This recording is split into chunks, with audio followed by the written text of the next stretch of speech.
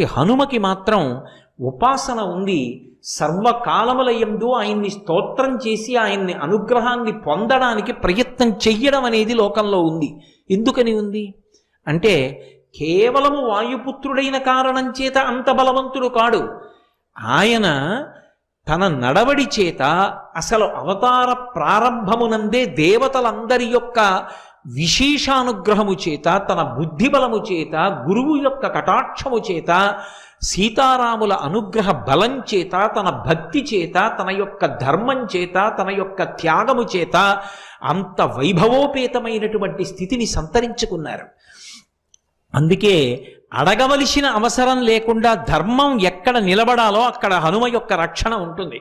అందుకే ధర్మాత్ములైన వారి జోలికి, పరమ భక్తులైన వారి జోలికి వెళ్ళి వాళ్ళ మనసు కష్టపడి వాళ్ళని ఇబ్బంది పెట్టే ప్రయత్నం చేశారనుకో,